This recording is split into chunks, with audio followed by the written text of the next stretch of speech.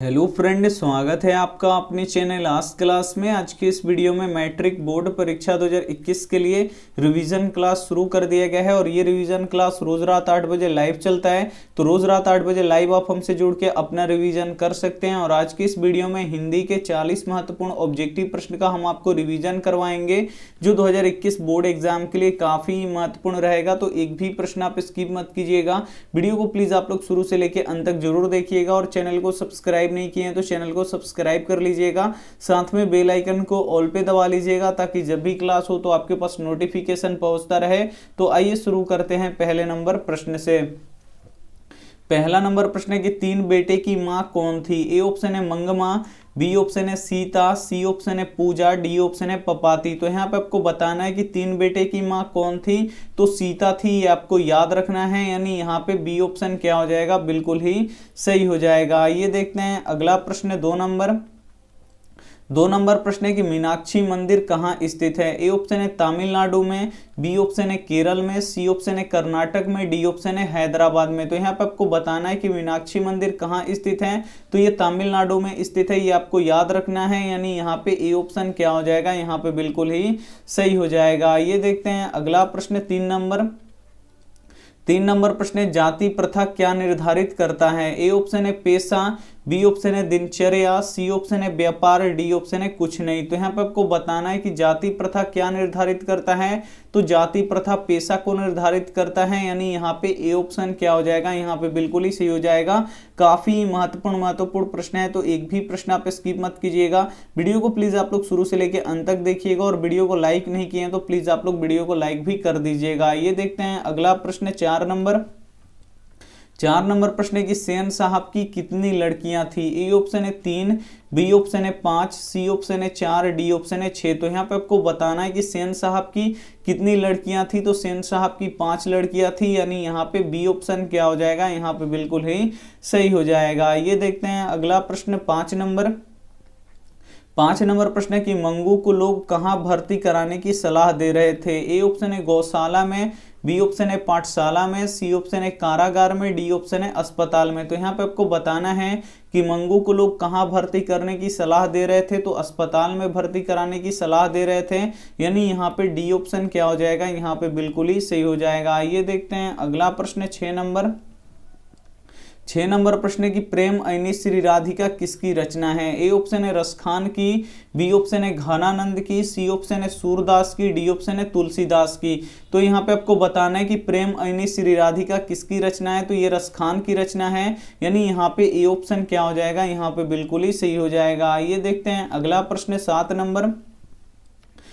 Number प्रश्न है कि लक्ष्मण की पत्नी का नाम क्या था। यहाँ पे आपको बताना है कि लक्ष्मण की पत्नी का नाम क्या था। ए ऑप्शन है लक्ष्मी, बी ऑप्शन है सीता, सी ऑप्शन है अंबिका, डी ऑप्शन है ललिता। तो यहाँ पे आपको बताना है कि लक्ष्मण की पत्नी का नाम क्या था। तो लक्ष्मी था, ये आपको याद रखना है, यानी यहाँ पे ए ऑप्शन क्या हो जाएगा, यहाँ पे बिल्कुल ही सही हो जाएगा। ये देखते हैं अगला प्रश्न 8 नंबर प्रश्न है कि मंगमा से कर्ज कौन मांग रहा था। ए ऑप्शन है रंगपा, बी ऑप्शन है नजमा, सी ऑप्शन है कविता, डी ऑप्शन है सावित्री। तो यहाँ पे आपको बताना है कि मंगमा से कर्ज कौन मांग रहा था। तो रंगपा मांग रहा था, ये आपको याद रखना है, यानी यहाँ पे ए ऑप्शन क्या हो जाएगा, यहाँ पे बिल्कुल ही सही हो जाएगा। ये देखते हैं अगला प्रश्न 9 नंबर प्रश्न है कि सास बहू में झगड़ा क्यों हुआ था। ए ऑप्शन है बच्चे को पीटने के लिए, बी ऑप्शन है खाना बनाने के लिए, सी ऑप्शन है गहने के लिए, डी ऑप्शन है दही बेचने के लिए। तो यहाँ पे आपको बताना है कि सास बहू में झगड़ा क्यों हुआ था। तो बच्चे को पीटने के लिए हुआ था, यानी यहाँ पे ए ऑप्शन क्या हो जाएगा, यहाँ पे बिल्कुल ही सही हो जाएगा। ये देखते हैं अगला प्रश्न 10 नंबर प्रश्न है कि लक्ष्मी का पति कहाँ नौकरी करता था। ए ऑप्शन है मुंबई में, बी ऑप्शन है दिल्ली में, सी ऑप्शन है जयपुर में, डी ऑप्शन है कलकत्ता में। तो यहाँ पे आपको बताना है कि लक्ष्मी का पति कहाँ नौकरी करता था। तो कलकत्ता में करता था, ये आपको याद रखना है, यानी यहाँ पे डी ऑप्शन क्या हो जाएगा, बिल्कुल ही सही हो जाएगा। काफी महत्वपूर्ण प्रश्न है, तो एक भी प्रश्न आप स्किप मत कीजिएगा। वीडियो को प्लीज आप लोग शुरू से लेकर अंत तक जरूर देखिएगा और वीडियो को लाइक नहीं किए तो प्लीज आप लोग वीडियो को लाइक भी कर दीजिएगा। ये देखते हैं अगला प्रश्न 11 11 नंबर प्रश्न है कि भगवान का अस्तित्व समाप्त हो सकता है। ए ऑप्शन है मंदिर न होने पर, बी ऑप्शन है भक्त न होने पर, सी ऑप्शन है ग्रंथ न होने पर, डी ऑप्शन है मठ न होने पर। तो यहाँ पे आपको बताना है कि भगवान का अस्तित्व समाप्त हो सकता है अगर भक्त न हो तो, यानी यहाँ पे बी ऑप्शन क्या हो जाएगा, यहाँ पे बिल्कुल ही सही हो जाएगा। आइए देखते हैं अगला प्रश्न यहाँ पे 12 नंबर प्रश्न है कि किस देश के लोग बड़े नख पसंद करते हैं। ए ऑप्शन है गौड़ देश के, बी ऑप्शन है कैके देश के, सी ऑप्शन है गंधार देश के, डी ऑप्शन है वाहिलिक देश के। तो यहाँ पे आपको बताना है कि किस देश के लोग बड़े नख पसंद करते थे। तो गौड़ देश के लोग बड़े नख पसंद करते थे, यानी यहाँ पे ए ऑप्शन क्या हो जाएगा, यहाँ पे बिल्कुल ही सही हो जाएगा। आइए देखते हैं अगला प्रश्न 13 नंबर प्रश्न है कि बच्चा कहां आकर थमसा जाता है। ए ऑप्शन है ख पर, बी ऑप्शन है ग पर, सी ऑप्शन है घ पर, डी ऑप्शन है अंग पर। तो यहाँ पे आपको बताना है कि बच्चा कहां आकर थमसा जाता है। तो अंग पर आकर थमसा जाता है, यानी यहाँ पे डी ऑप्शन क्या हो जाएगा, बिल्कुल ही सही हो जाएगा। आइए देखते हैं अगला प्रश्न 14 नंबर प्रश्न है कि हमारी नींद कविता में कवि ने किसका उल्लेख किया है। ए ऑप्शन है गरीब किसान का, बी ऑप्शन है शहर में चैन से सोने वाले का, सी ऑप्शन है गरीब बस्तियों का, डी ऑप्शन है इनमें से कोई नहीं। तो यहाँ पे आपको बताना है कि हमारी नींद कविता में कवि ने किसका उल्लेख किया है। तो गरीब बस्तियों का किया है, ये आपको याद रखना है, यानी यहाँ पे सी ऑप्शन क्या हो जाएगा, यहाँ पे बिल्कुल ही सही हो जाएगा। ये देखते हैं अगला प्रश्न 15 नंबर प्रश्न है कि कवि को बूढ़ा चौकीदार वृक्ष हमेशा कहाँ मिलता था। ए ऑप्शन है घर के अंदर, बी ऑप्शन है चौक पर, सी ऑप्शन है यहाँ पे देखिए घर के दरवाजे पर, डी ऑप्शन है आंगन में। तो यहाँ पे आपको बताना है कि कवि को बूढ़ा चौकीदार वृक्ष हमेशा कहाँ मिलता था। तो घर के दरवाजे पर मिलता था, यानी यहाँ पे सी ऑप्शन क्या हो जाएगा, यहाँ पे बिल्कुल ही सही हो जाएगा। काफी महत्वपूर्ण प्रश्न है, तो एक भी प्रश्न आप स्किप मत कीजिएगा। वीडियो को प्लीज आप लोग शुरू से लेकर अंत तक देखिएगा, और वीडियो को लाइक नहीं किए तो प्लीज आप लोग वीडियो को लाइक भी कर दीजिएगा। ये देखते हैं अगला प्रश्न 16 नंबर प्रश्न है कि हिरोशिमा पाठ में नगर के चौक पर निकले सूरज क्या है। ए ऑप्शन है आग का गोला, बी ऑप्शन है परमाणु बम, सी ऑप्शन है मिसाइल, डी ऑप्शन है रॉकेट। 16 नंबर प्रश्न काफी महत्वपूर्ण है कि हिरोशिमा पाठ में नगर के चौक पर निकलने वाला सूरज क्या है। तो परमाणु बम है, ये आपको याद रखना है, यानी यहाँ पे बी ऑप्शन क्या हो जाएगा, यहाँ पे बिल्कुल ही सही हो जाएगा। ये देखते हैं अगला प्रश्न 17 नंबर प्रश्न की उर्वशी किसकी कृति है। ए ऑप्शन है निराला की, बी ऑप्शन है दिनकर की, सी ऑप्शन है महादेवी वर्मा की, डी ऑप्शन है सुमित्रानंद पंत की। तो यहाँ पे आपको बताना है कि उर्वशी किनकी कृत है। तो ये दिनकर की कृत है, ये आपको याद रखना है, यानी यहाँ पे बी ऑप्शन क्या हो जाएगा, यहाँ पे बिल्कुल ही सही हो जाएगा। ये देखते हैं अगला प्रश्न 18 नंबर प्रश्न है कि भारतीय किस तरह से अंग्रेजों के दास हो गए थे।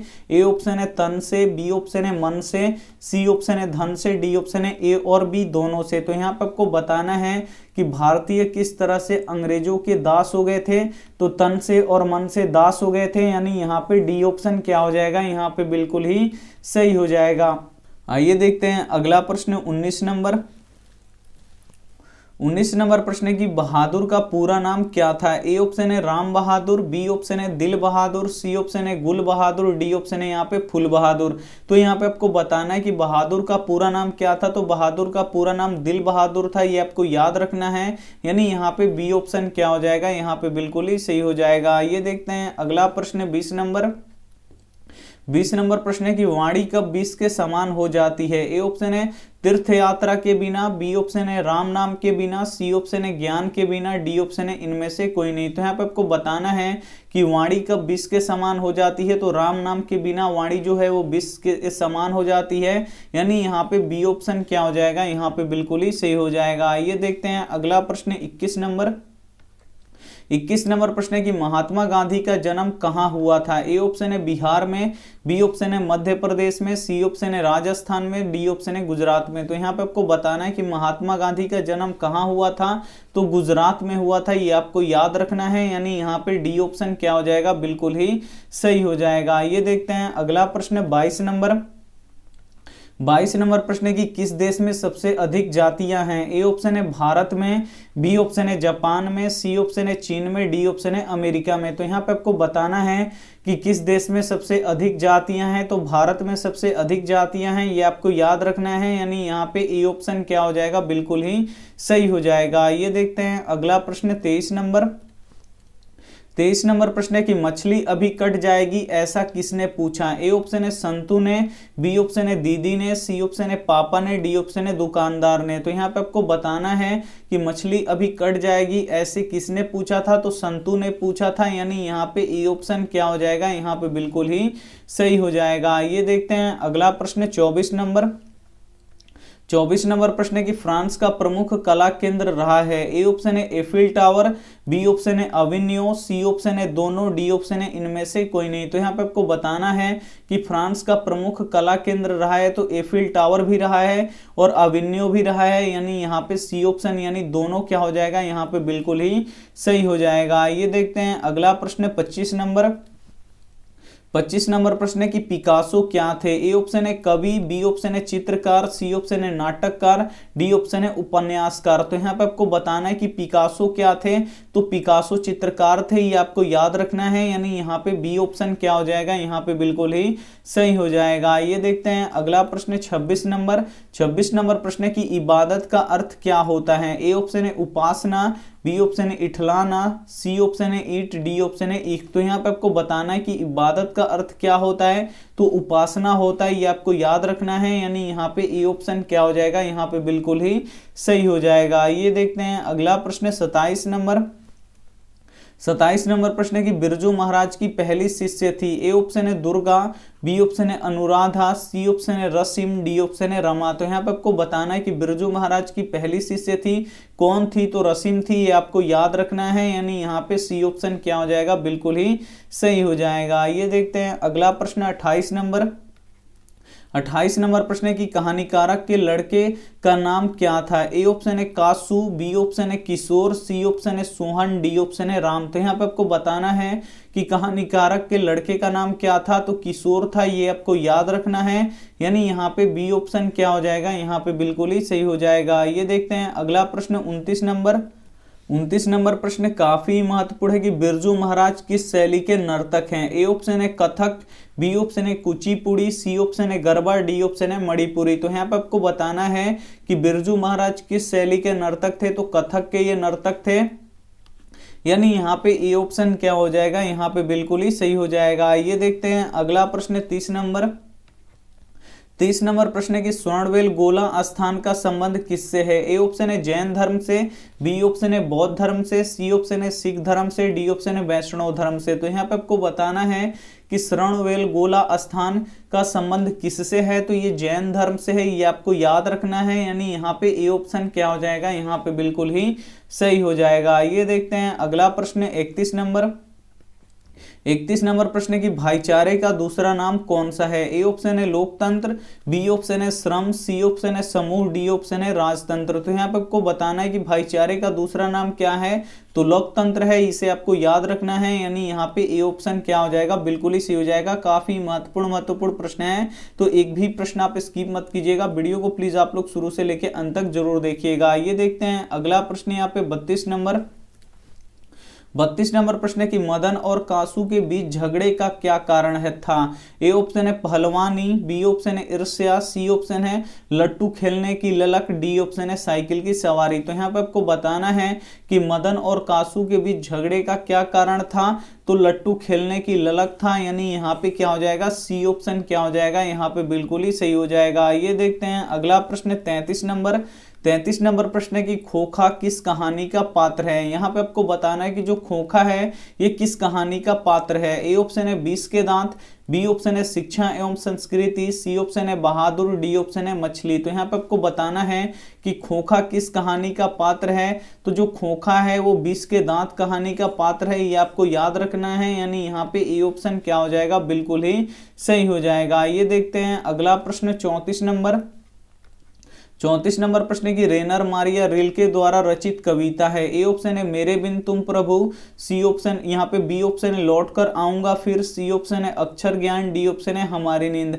तो यहाँ पे आपको बताना है कि रेनर मारिया रिल्के द्वारा रचित कविता कौन सी है, तो मेरे बिन तुम प्रभु है, यानी यहाँ पे ए ऑप्शन क्या हो जाएगा, यहाँ पे बिल्कुल ही सही हो जाएगा। ये देखते हैं अगला प्रश्न 35 नंबर प्रश्न है कि प्लेटो का संबंध किस देश से था। ए ऑप्शन है इटली से, बी ऑप्शन है स्पेन से, सी ऑप्शन है भारत से, डी ऑप्शन है यूनान से। तो यहाँ पे आपको बताना है कि प्लेटो का संबंध किस देश से था, तो यूनान से था, ये आपको याद रखना है, यानी यहाँ पे डी ऑप्शन क्या हो जाएगा, यहाँ पे बिल्कुल ही सही हो जाएगा। ये देखते हैं अगला प्रश्न है 36 नंबर प्रश्न है कि बहादुर तुमको अपनी माँ की याद आती है, ऐसा किसने पूछा था। ए ऑप्शन है निर्मला ने, बी ऑप्शन है किशोर ने, सी ऑप्शन है लेखक ने, डी ऑप्शन है भाई ने। तो यहाँ पे आपको बताना है कि बहादुर तुमको अपनी माँ की याद आती है, ऐसा किसने पूछा था, तो निर्मला ने पूछा था, यानी यहाँ पे ए ऑप्शन क्या हो जाएगा, यहाँ पे बिल्कुल ही सही हो जाएगा। ये देखते हैं अगला प्रश्न 37 नंबर